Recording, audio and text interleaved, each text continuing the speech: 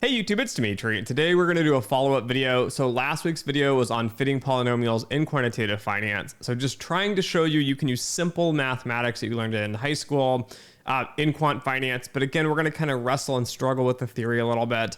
So the first video is all on that. I'll put a link above or below. You can go check that out. Please watch that first if you're going to dive into this video.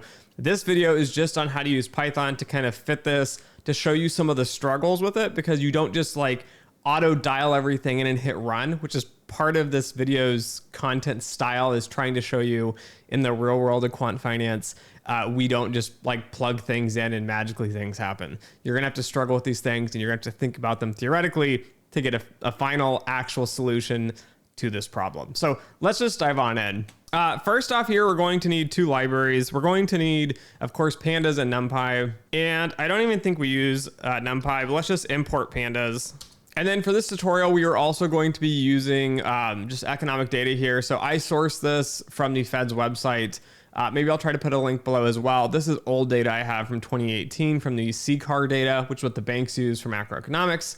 In the last video, I kind of talked about doing GDP. I'm going to show you why it's challenging to do here.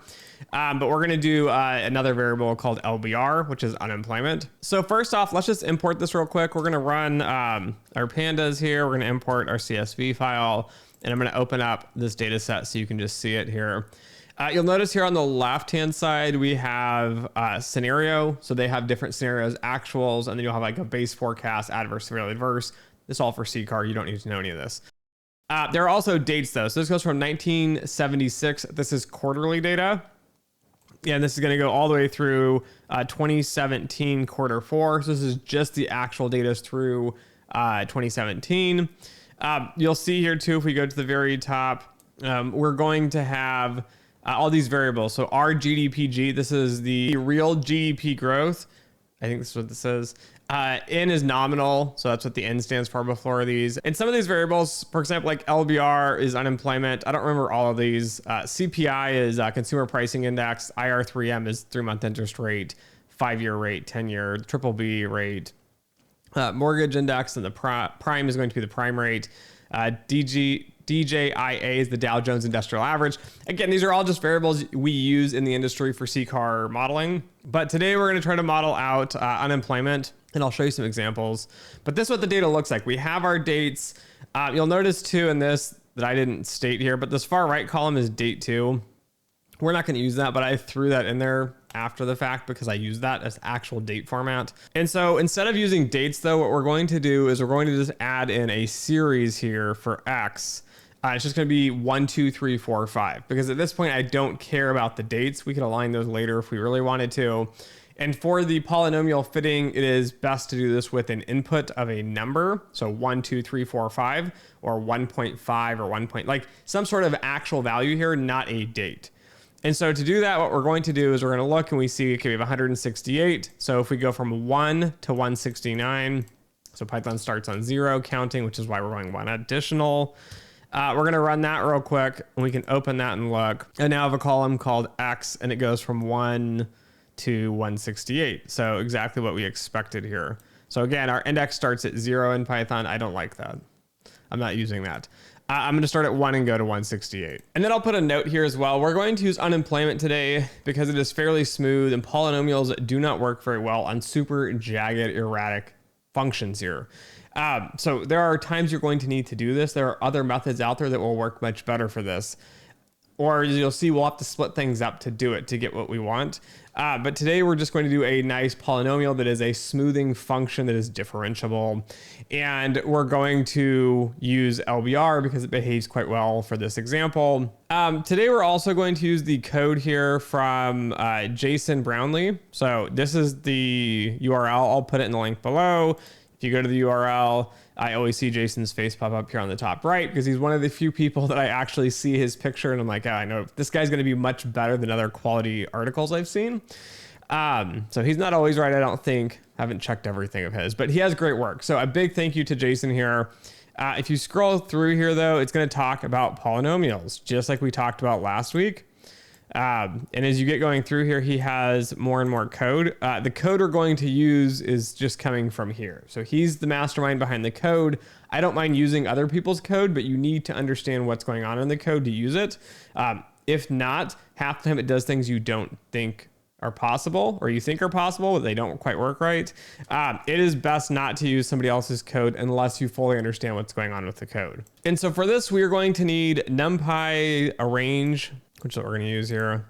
It's a piece inside of NumPy library. We're going to use the curve fit function, and we're going to use the pyplot function from matplotlib. And you'll see me doing a lot of copying and pasting just because it's the same function over and over again. You could create this much more optimized if you really wanted to. But for learning purposes, I'm going to try to keep this straightforward, and we'll just copy and paste and kind of look and see how things change and how they move. But the first thing is you need to define a function here. So we talked about polynomials. We're going to have an intercept, which for some reason, Jason always puts it at the end. And in my infinite wisdom, I've just never taken the time to rewrite it. This is just how he's done it. So that's how I'm going to do it. But we're going to have your coefficients, which are going to be a and b here as part of the function. X is going to be the X variable, which is the X axis. So that variable we created from 1 to 168. And then we're going to have a simple function. So right now we're just going to do a line. So a times X plus b. So if you've done polynomials in high school, you should look at this and go, it's going to be linear. And then the next piece behind this is going to be kind of the meat of the code here. And what we're going to do with this, so I'm copying and pasting from another file, like planning notes. But what we're going to do here is we're going to fit the curve. And so the first step here is we're going to set our economic data here, which if you look in the top right, it is a data frame. We need to move this into NumPy, which is not the pandas data frame framework. And so the first thing we're going to do is just take all the values from this economic table and just save it into something called data. Okay, so that's the data line. And you can open it up real quick and look, it looks the exact same, except for all the labels on the top are gone. They're just numbers now. But all the other values in here are the exact same. And next we're going to save two sets of values. Now you could set this up so it's two separate lines. You have y equals data, and then the sixth column we're going to pull here. You could have a second one with the X. But if you're not familiar with programming languages or Python specifically, this is just taking two sets and assigning them to two different values. So we're going to assign this data 19 to X here. And then next we're going to set a similar function here. We're going to use the curve fit though. So the most important thing to understand with this is the curve fit function. I'm not going to go into super good details on this. You can open up the documentation if you want to look at this. This is actually going to fit and estimate our A and B, so our coefficients that we're going to be using from this objective function. And you're going to pass it the objective function, and then we're going to pass it X and Y here. And we're going to save these into pop_t, and it looks like I forgot to run the objective function, so I'll run that. Okay, now it creates pop_t. You'll see it has kind of two values here, which are going to be the coefficients for the A and B, which is what we're estimating with this objective function. And then we summarize the values here. So we're just going to save these into AB. So again, you can see now, as I said before, right, this was the pop_t. It had negative 0077 and 7005. If you look up here on the top right, you can see those values match with A and B. And then finally, I'm going to run this last big chunk all together. I'll tell you what it's doing here. So we're going to create a scatter plot, which is going to be X and Y. These are going to be the dots on the chart. Okay. And these are our actual values here. And then this next chunk here, it says X line and Y line. What we're setting up for this is we're going to set up the parameters to actually fit the line, the curve itself, which I'll show you here in a second. But we're going to have the dots, which are the actuals, and then we're going to fit this polynomial, which will be a line, and we're setting up the framework for that. X line here, if you run it and look, it's just going to be the X values that we already knew. So 1 to 168 or 167. And then when you go down a little bit and you run the Y line, it's going to actually plug in those X values into that function now. And it's going to just be pulling A and B, and A and B are already pre-estimated. So it's just fitting that function into a Y. And then we're going to plot that Y across the chart here. And then finally, the last two lines here are going to be just plotting these out. So this is going to be a line, which is indicated here in the pie plot with the dots. It's going to be a red line. Again, it's going to plug in X for the X values and Y line for the Y values, and we're going to show this. But to get the full chart, the secret here is you can't run this line by line. You have to run this full block of code with the scatter plot and the line plot together. Okay, if we go over here and look, you can see this is the line. This is unemployment. So the blue dots is the actual unemployment. The red line is absolutely terrible because it's a linear line, right? There's no squaring, cubing. There's no multiple factors here. It's just a line. And if you remember from the last video, right, x squared is going to give us that u. We're not gonna be able to fit this line, right? This is gonna be really challenging. So let's just dive on in here a little bit and do some playing around, and I can show you kind of what happens and how we address these sorts of issues. And so now I'm gonna do the exact same thing here. I'm just gonna create another function, and we're gonna add, instead of a and b, we're gonna have a, b, and c for the parameters here and the coefficients. And we're gonna use the same function. We're gonna have x, now we're gonna add x squared, and we're gonna have a constant. We're gonna run the exact same set of code. But as you come down here, remember, you have to update this line here where we have a, b, and c now, because this curve fit's going to have 3 parameters. So we update, again, the top of the objective function. We update the actual, what it returns. We're gonna have to go down here and update the pop t. And then finally, we're going to have to update down in here to the objective line. And if we run this setup again, you'll see now that we end up with a curve. So remember I talked about x squared is going to give us a U curve. Well, it's not going to look like we think it's going to look because there's other parameters and shifts, and we're trying to fit this set of data here. But again, this is pretty terrible, right? This does not look good. So let's play this a little more. And we're gonna paste in here another set, but we're gonna go out to E. And we're just gonna keep adding this up. So we have squared, cubed to the 4th. Let's run this and see how good this looks. Okay, like that's okay, right? It's getting better, but of course we're missing all the peaks. We're missing all the ups and the downs, right?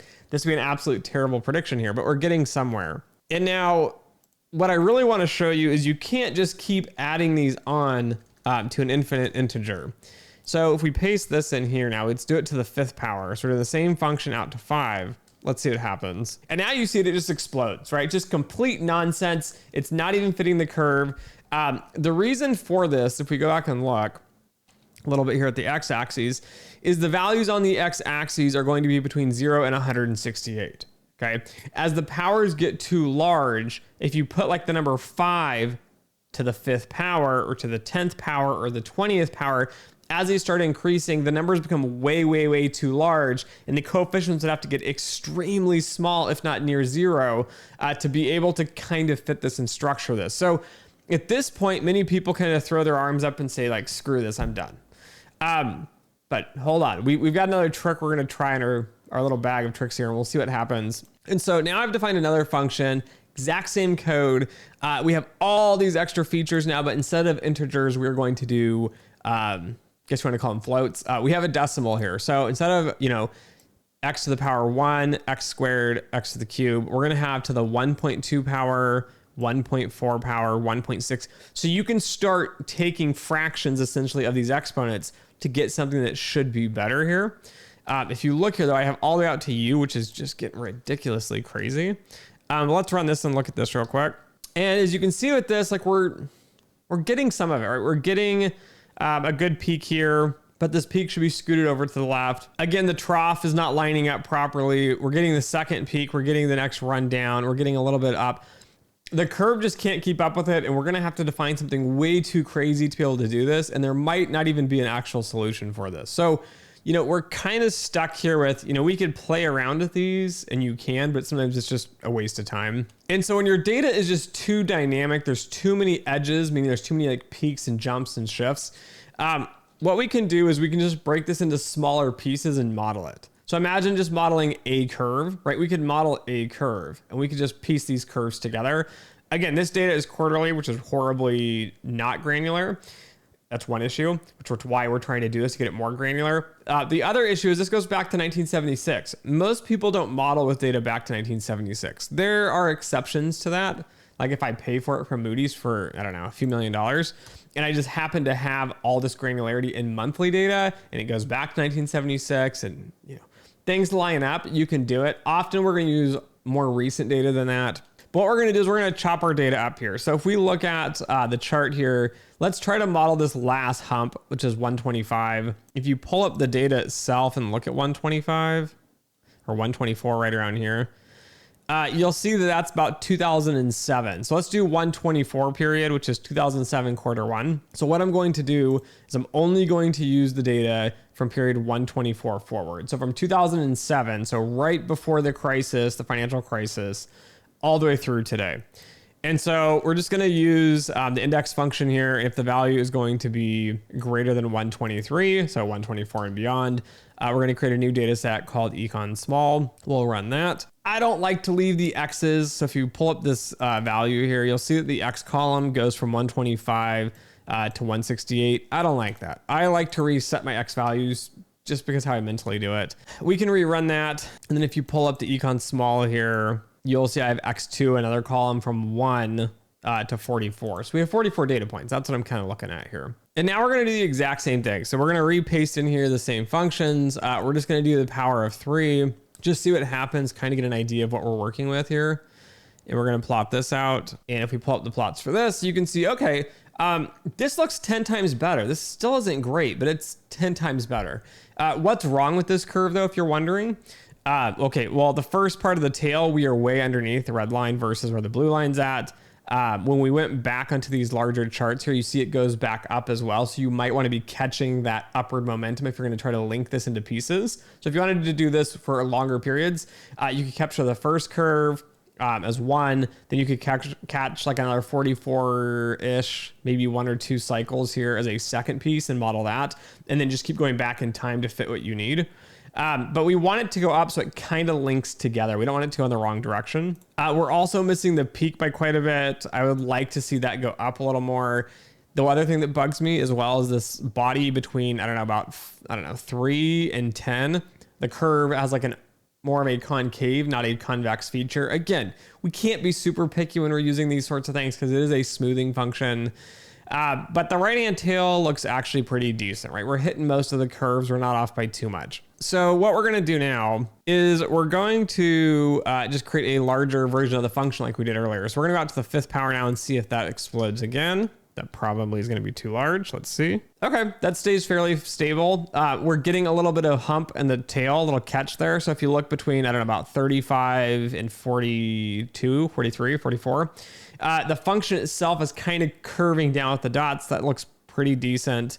Again, on the first left-hand side of the tail at like values 1 and 2, we're getting a little bit of a crook. We're getting there, but it's not stellar. But it's getting there. And something else I didn't really tell you here, I skipped it in this, but if we go beyond 5 in this function as well, it really explodes. So we can't do like 5.1 or 5.2 or anything else. But we're gonna try a larger function again. I think this is the one I think that looks fairly good here. So we have all the way out to I, we have 1.2, 1.4, 1.6, 1.8, 3, 4.7, 4.8. You play around with these guys. This is how you get to it. There is no like quick, easy way to do it. But this one I thought looked decent. So if you look at this chart now, the tail between 1, 2, 3, and 4 here, we get a little bit of a dip. We're getting a little bit of a flattening because those data points are kind of flattening out. I believe if you go back to the full data set, I think it flattens for a few periods before it runs back up again. So it's trying to catch that, which is fine. Again, it doesn't know that it goes back up. There's nothing to indicate it's going to jump back up. But we're catching again from probably about 5 to the peak here of about 15. We're catching most of that pretty well. And then from the peak here as well, it's a little bit shifted to the right, but not bad. From about 15 down to 40, we're catching most of this. And you even see here with the last 2 data points, that red line at like 42, 43, 44, it's flattening. And so that's a good indication because you look at like this function and you look at these functions zoomed in, I think, I don't have the updated data here, it's going to start curving back the other direction here. Again, things to keep in mind theoretically. I don't really know the future, but it's a possibility on this. This line seems to fit well. So the whole purpose of doing this, we fit a line, so what?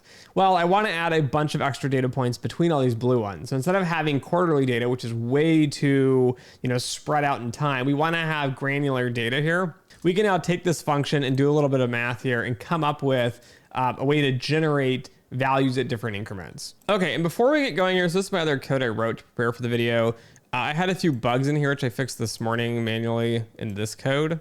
I'm not going to go too much into that though, but you can just define a function though and take the 2 values, t and p. So t being the total number of periods we fit on, and then P being however many points you want. So we're going to go from 44 to 88 in this example. And then you can return a data set and you can call it and have it dynamic here and have different granularities of this. Again, there's some issues in this code, so I'm not going to use that. But I'm going to manually walk you through this set of code here. And this is just probably for more educational purpose. Again, I am a quant. I code functionally. I do not code for optimality. I'm not a quant dev. I'm not a computer science major. I have no intentions of doing that. This is just for educational purposes. So what we're going to start off with is going to be T is going to be equal to 44. So if you look at our data array we had before, it has 44 points. That's where we're starting at. So we want to start with our total number of X values, and we're just going to call that T. And then we're going to create something else on how many data points do we want. So we're going to take X, which is now 44 points, and how many small pieces do I want in total? I'm going to say 88. So we're going to double this up here. Now you could really crank this. This can be any value you want, which I'll show you in a second. And then finally, we're just going to take the current T, so 44 pieces. We're going to divide that by how many pieces we want to get how granular the tick mark is going to be. So how much those are going to be spread apart, those new points here. We're going to call that R. Now you have to be extremely careful when you're doing this because I screwed this up on an actual project at work. You notice I have T, P, and R. Notice in the final function we're using, we don't have T, P, and R. If you had enough pieces in your polynomial, you might want to like relabel these like tot for total and PO for like point or PPO, or call it something else with multiple characters if you're going to be doing this in practice. But you see when I divide these out, R divided by T of P, R is going to give us 0.5. So we're going to be moving by half increments here. So we're going to take 1 units of X instead of being 1 unit. We're going to take 0.5 units of X. And then we're going to create an empty data frame or a list here called point stack. And we're going to fill this up here in a second. And we have this really small loop called some function here. We're going to call it for Z in range 1 to P plus 1. So you need to go one more beyond P here because the way that our Python handles numbers. And all we're going to do is take Z. So we're going to start off with 1. And we're going to iterate through this all the way through these 88 points here. And what we're doing is calculating what is the new X value for each point. So in the original data, we had 1, 2, 3, 4, 5, all the way out to 44 because we just took that last period with 44 data points. Now we're going to have this new increment of R, which in our case is 0.5 since we're doubling at the data points. And so we need to go from 1 to 1.5 to 2 to 2.5. But you see if you had like a weird number on here, like 100 and something, it's going to be like a decimal smaller than that. So it might be like, I don't know, 0.35. And then you want to go to like, 0.7, and you're gonna have to just keep incrementing until we hit out to 44, which is the original data points here. And then what we're gonna finally do here is append this into this point stack. So I'm just creating these new increments of 0.5, 1, 1.5, and so on. And we're gonna take those and we're gonna just append them into this stack here. And we're gonna open up point stack so you can see we start with 0.5, 1, 1.5, 2, 2.5. And you'll notice here too, there's 88, so 87 plus 0 because we started at 0. There's going to be 88 points now. So instead of X's 1 through 44, we're going to have 0.5 through 44. And next, we're going to just take this and put this into a data frame. I don't like working in lists. Causes all kinds of headaches for me. So I put it into a pandas data frame. And then after we create the data frame here, we're just going to rename the columns because when you make that list into a data frame, it's called 0. And I can't stand having numbers as column names because then I have to memorize exactly what they mean. And then someone else looks at my code or looks at my table, has no idea what they're looking at.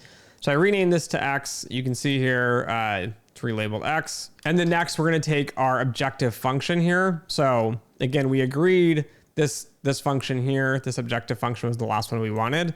This is what we needed to run last. Do not run other objective functions between this. Run your last one as your last one. So you're gonna have to run all this code first, and then you're gonna have to run this as a function to get the data points in the middle. But we have A through I. And so again, we have A through I. And then our X's here, as we had in our function, which it needs to take, is going to be our point stack to X. So all those points that we stacked up, that we saved here with an X as the column of 0.5 to 44, we're gonna pass that in now as the new X values, okay? And we're gonna run that.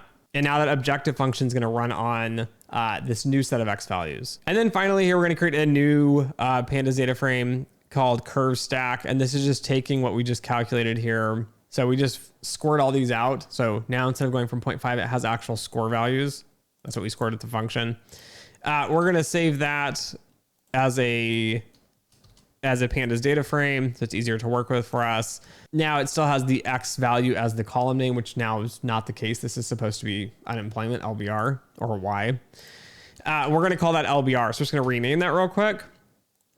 And then finally here, we're going to concatenate these together. So what we're doing is we're taking, so curve stack 2 here, which is our LBR. Those are our Y values. And we want to append those to our X values, which we calculated earlier, which is the new granularity. And that's going to be called point stack 2, which goes from 0.5 all the way down to 44. So now we can align our X's and our Y's together. And then in the last little bit here, what we're going to do is we're going to use pyplot, and we're going to plot these the same as we did earlier with a scatter plot with our new X values, our new unemployment LBR. We're going to have a red colored dot. And then we're going to have a scatter here, which is going to be the blue dots. Those are going to be the original values of X and Y. And I'll show you what that looks like. Okay, we end up with this. So I did it all in dots, not with lines, so you can just really see what's going on here. The blue dots are the blue dots from before. The red dots now are just dots that are calculated from that function of the red line. Now, you'll notice there often can be little wonky things that you have to keep an eye out for.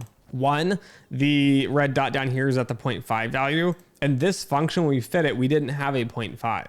It started at 1 and went to 44. So now that we're slightly out of that range, you might get some unpredictable values. You might just trim that off, or you might just manually move it up.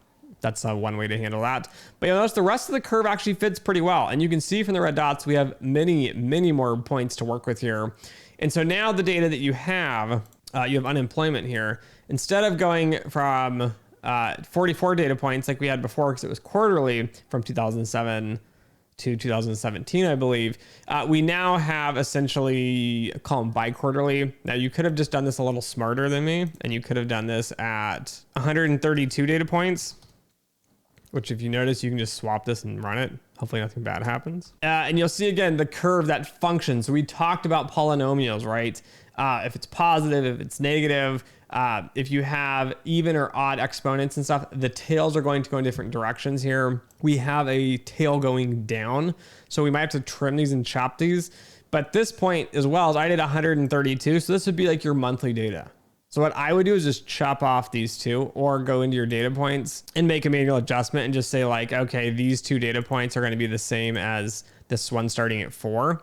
Right? It's a good enough starting point. If it's like a wonky point in the middle, you can take an average of the 2 points around it. But now if you look, so this is a chart and everything. If you look at our data though, we now have this beautiful monthly data from quarterly data. You could do this now for any granularity here. So once you have this curve set up that we looked at in this chart, you can slice and dice that into any granularity you want. So as long as that curve fitting is done, which as you saw was a little bit painful, took a little bit of time. I didn't show you all my attempts and tries and tinkerings with it. But you can slice and dice your data, fit these curves to how you want them, and then you can set the granularity to absolutely anything that you want. Again, this is an assumption. Big red flag, big risk management moment here. This is the dirt we're sweeping under the rug. We want to call this out in any report that we're writing. Anyone that's using this model should know the data was not at this granularity. It started quarterly and I moved it down to monthly. And how I did that is I fit this curve. Now we all know in reality with stock prices, financial data, between these dots on this chart you can see here, the real world isn't nice and smooth and friendly and differentiable. This is why you move into like stochastic calculus, because there's jagged jumps and shifts and bounces as opinions in the financial markets change and move, and as the markets dynamically adapt and participants in the market do different decision makings from buying and selling, or I don't know, all kinds of things occur. They bounce and move quite a bit more frequently. Now things like GDP, we don't measure it very often in the real world, so this is going to be like probably one of the better approaches for doing it. For modeling purposes as well, you want it to be nice and smooth and well behaved. It will fit into models much better. There also is no real GDP measurement at those granularities. So if you want to go down to like daily GDP, that's not measured. I've never seen it anywhere. I've never seen one actually measure it. I don't even know how they would come about measuring that. Again, doing these sorts of things, when you need GDP to predict other drivers, you need better granularity. This is just a good, nice, easy way to do it. Of course, there are more complicated ways like stochastic methods for doing this, but we're not going to get into that. So if you guys enjoyed this video though, please do like, share, and subscribe. It really does help this channel grow. It helps motivate me to make more content like this. I couldn't even believe this last video on the polynomial theories was as popular as it was. It's probably been one of my most popular videos in the first week or two that it's come out. Anyways, thank you guys. Thank you. As always, until next time.